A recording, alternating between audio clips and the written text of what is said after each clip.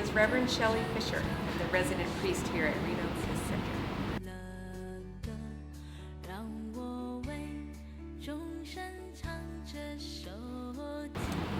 Well, from a Buddhist standpoint, we don't place any emphasis on age at all, because we all come into this world with our own, we call it karma, our own way that we're born. And sometimes, you call people, like, you meet somebody, they seem really, even though they're very young, they have this depth to them. They're like an old soul. So we value all ages. And, a little 4-year-old could be just this wisest person compared to maybe somebody older who hasn't experienced as much in their lifetimes. So we don't emphasize age at all in our faith, and everybody's valuable.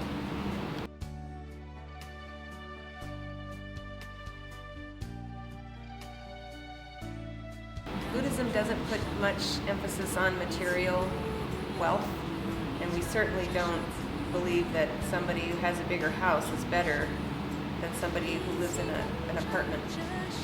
We don't look at people that way or life that way. So it's more about your intentions and what you bring from within you. And so your external material holdings don't really matter. I think that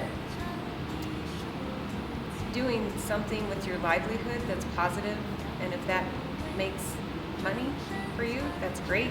We all need money to live, but it's not an emphasis and it's not as important. But if it makes your life more fulfilling and it connects you to people and it helps people live a better life through what you're doing to make your livelihood, that's great.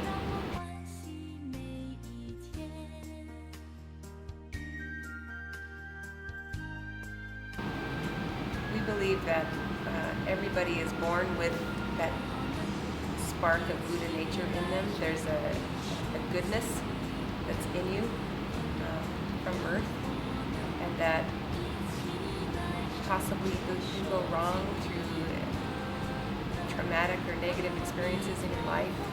You make bad choices. That doesn't mean that you still don't have that goodness in you. So we believe that you are innocent until you're proven guilty. Yes, people do bad things, but we always try to see the good.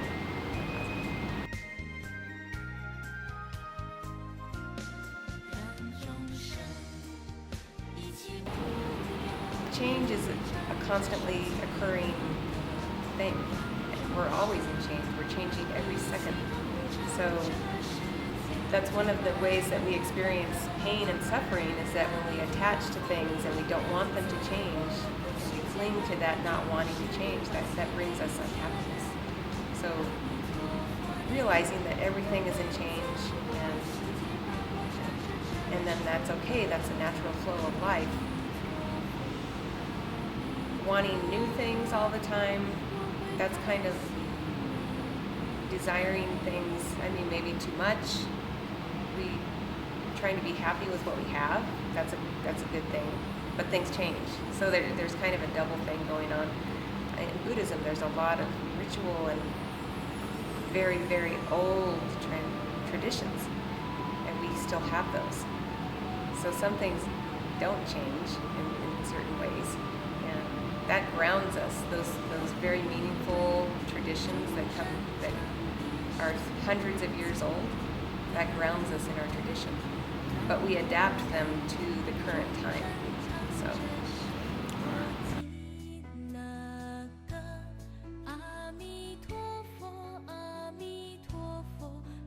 In Buddhism, we believe in the middle path. So if you're doing things that are too risky and too extreme, that's not good. If you're kind of complacent and not trying new things and not challenging yourself, and that's lazy or uncreative, that's not good. So trying to negotiate a middle way between those two is tricky, but that's what we do. Is constantly shifting and deciding which way is still staying in the middle, so that you can avoid the bankruptcies, but you're still challenging and creating as well. So, middle path.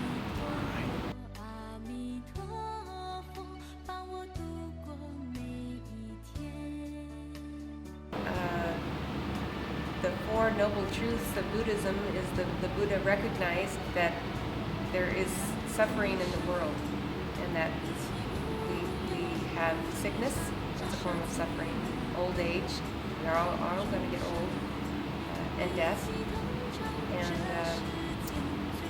that if we live our life worrying about those things, then we're going to be suffering all the time.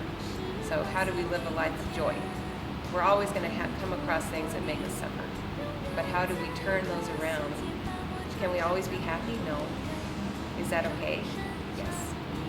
Just being natural, being who you are. If you're having a bad day and you're depressed, we all go through that. That's okay. Just try to sit with yourself and be kind to yourself and not push it. Choose a natural way. Don't over-medicate. That's not good either. So just trying to stay grounded and centered in yourself, you'll come out of it. So life is a cycle. You're going to go up and down, and that's okay.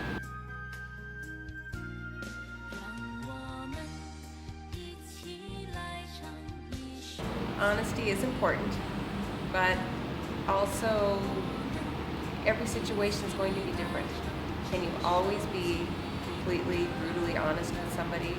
If that doesn't help them, if it hurts them, then you might not want to do that.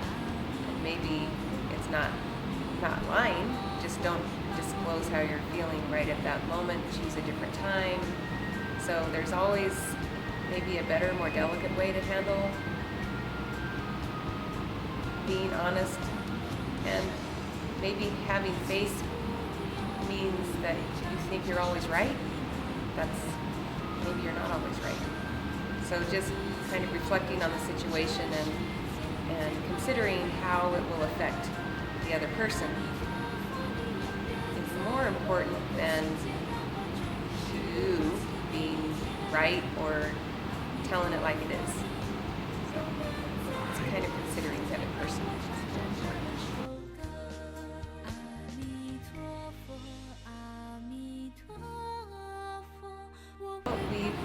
We believe everybody has self-esteem and self-worth. You're worthwhile. You are a wonderful, worthwhile person, and we're all connected, and we're a reflection of each other. So we don't really judge each other by material possessions. I mean, in Buddhism, we try not to. So we are all going through this flow of life together, and we're all important. We're all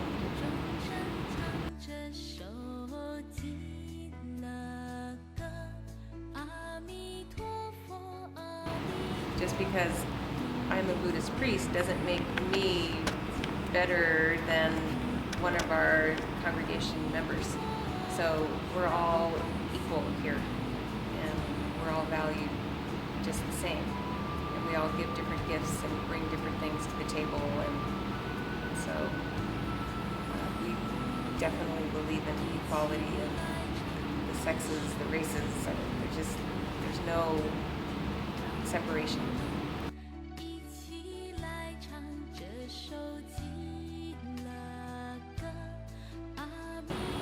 There's a fine line between respect. You want to show respect. So if somebody is in a role, sometimes people call my husband and I sensei, which just means teacher here. This is the Japanese Buddhist temple. It just shows a little more respect. But people can call us by our first names too. We're not, so rigid on that. I I think the emphasis more in Buddhism is just being natural, being who you are. And if you're a more formal person, then you can be that way.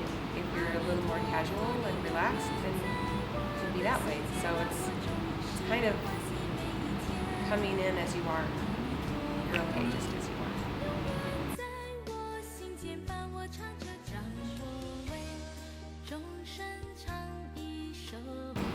Realism is kind of the healthiest way to live. Not having these pie-in-the-sky dreams that probably will never come true, but just, I think living in the moment helps you live in realism. If you're in the future all the time in your head, then you're kind of dreaming that those things may or may not ever happen. If you're in the past thinking, having regrets or wanting to change things, it's too late.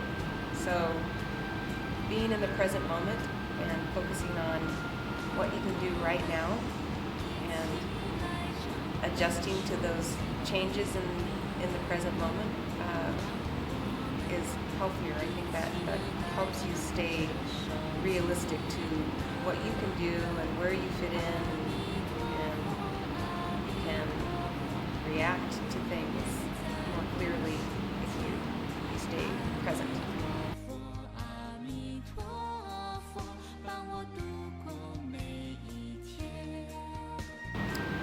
Taking action, that is a very important thing. Walking your talk. So if you say you're going to do something, then you should do it. So being conscientious and trustworthy, this is part of following the Eightfold Path in Buddhism.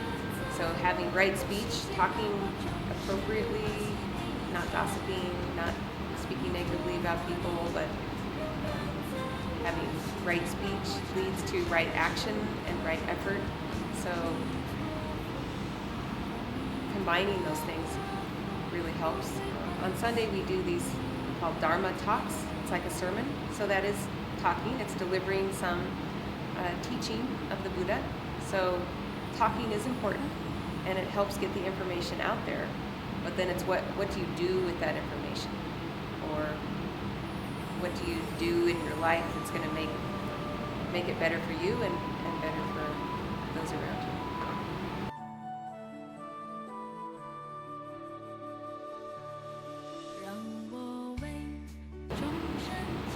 Mother Nature is a very, very powerful energy force, and it's going to do what it's going to do. I mean, we can't control hurricanes, we can't control earthquakes. We can try to save lives, so I believe building earthquake-proof buildings is a good thing.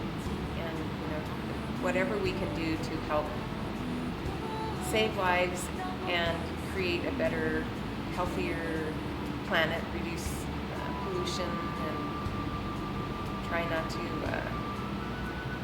harm life is better. So just try to be within the flow of nature. So this world cycle that we're in and the climate change, and I think that it's such a powerful environmental thing that's happening that human beings can't control that. We can try to mitigate it a little bit, but we can't control it. So I think it's a bit arrogant for people to think we can stop climate change. It's volcanoes and the ice caps, and I'm not an expert in this, but it's huge energy shifts that are so out of our control that all we can do is try to recycle and try not to use as much water, and conserve and be smart, be kind to the environment, try not to harm. But are we going to slow down climate change?